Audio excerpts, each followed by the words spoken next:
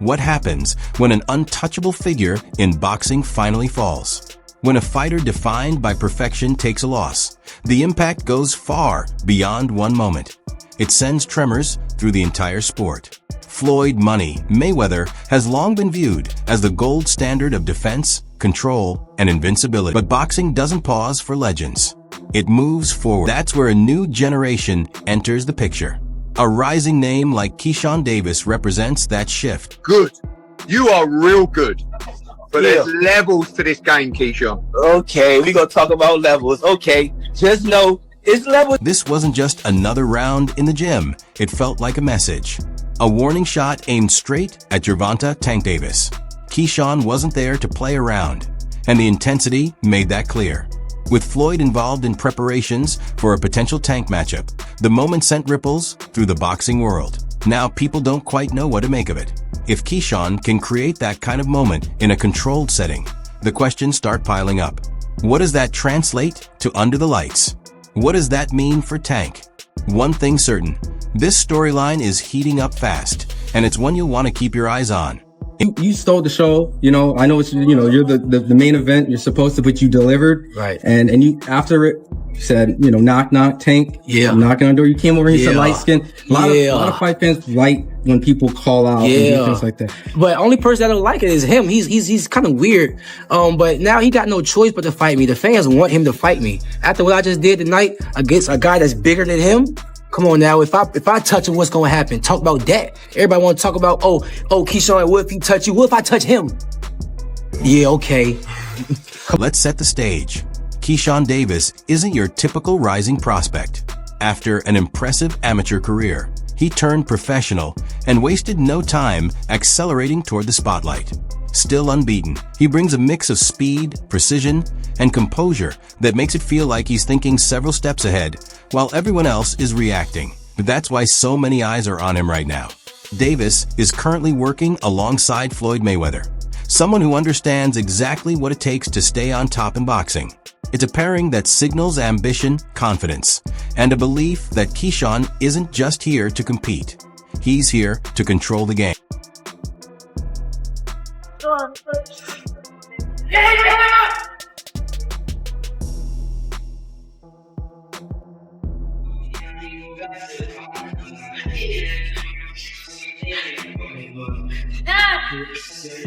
But here's the twist. Floyd isn't working with Keyshawn out of pure generosity. This partnership runs deeper. It's personal. Now I got the chance to be around Floyd Mayweather. He been calling me now, he been texting me now. This whole last camp, I was in Floyd's gym. He closing down the gym for me. I'm working pads with him. He working pads with me and my brother Kelvin. Me and Kelvin sparring in front of Floyd. Like, he coaching us. Like, now it's like, damn, Shakur, Terrence, and Floyd now. So, man, I honestly think that's God. Like, if you really look at it, what professional fighters out here just have a strong circle as strong as like ours. Like, you got the best prospect. Then you got Shakur. Then you got Terrence Crawford. And then outside of our circle, we got Floyd Mayweather also tapping in with us. You know what I mean? Like, our circle is really crazy. It's really crazy, and it shows to where when we fight, it's always our opponents. It's like it's never a close fight, even with Terrence. It's never a close fight. The backdrop to all of this is the strained relationship between Floyd and Gervonta Davis. What once looked like a mentor and protege dynamic has slowly unraveled into something far more competitive, layered with accusations, tension, and subtle shots fired from both sides. From Floyd's perspective, Keyshawn represents more than just another talented fighter. He's a potential disruptor, a way to challenge Tank's dominance and remind the boxing world that Floyd's influence hasn't disappeared. Posted a screenshot of their FaceTime where he said, quote, "It's crazy. Floyd calls me after every fight just to discuss my performance. Not only is he the GOAT, he is a real mentor." Sparring session happened behind closed doors inside one of Floyd's private gyms. No cameras, no media, just a small circle of witnesses, probably wishing they had secretly recorded what unfolded. The IT began like a typical high-level session. Floyd, known for his technical brilliance and ability to break opponents down round by round, was giving Keyshawn serious work. The goal wasn't spectacle, it was refinement.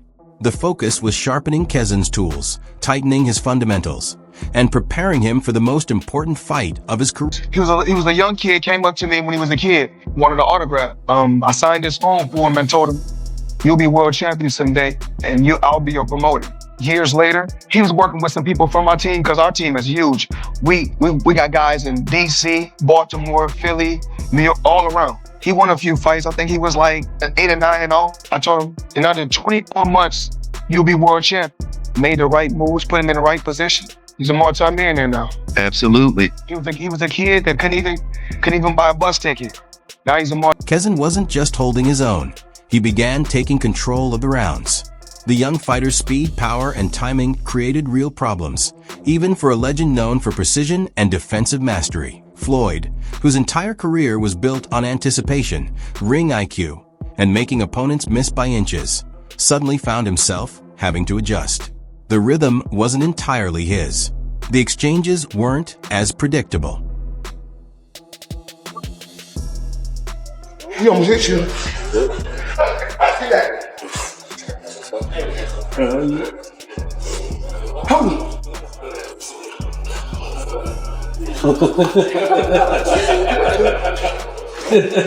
I know what y'all think I'm gonna do. I go that way for a reason. I wish you could record. I wish you could record. And then everything shifted down a crisp sequence. Jab, sharp right hand, landed clean. Floyd's balance gave way, and before anyone fully processed it, he was on the canvas.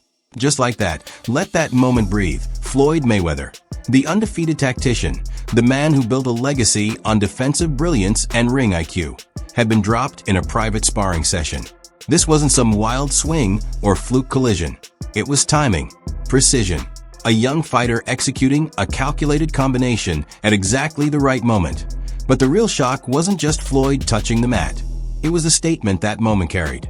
Because if Keyshawn can shake a legend known for going 50-0 and outclassing generations of elite fighters, what does that signal to the rest of the lightweight division, especially Gervonta Tank Davis? Tank is feared for his explosive power and suffocating pressure. He breaks opponents down and ends nights abruptly. But Keyshawn represents a different equation. Speed blended with confidence, timing mixed with ambition. A fighter who believes he can match elite talent step for step. Then, the verbal shots start flying. Questions about ticket sales. Subtle jabs meant to provoke. My thing is, I've always been there for him from day one. We had a game plan, and my game plan was to help him become world champion and take things to that next level. And I've always been there for him. And just over the years, you can see I've always been positive, always said great things about him, always pushed him to be great. And, but over the years, it's constantly going on the internet, take a shot at Floyd, take a shot at Floyd, take a shot at Floyd, constantly be disrespectful, when all I ever been was respectful to try to help this fighter, go as far as he could possibly go. That's all I. Tank, meanwhile, is fighting for independence. He's determined to prove that his success isn't tied to anyone else's blueprint, that he can thrive on his own terms. But with Keyshawn now emerging as a serious obstacle, that mission just became far more complicated. He was like, I gotta do that. A lot of people don't know that what Floyd do.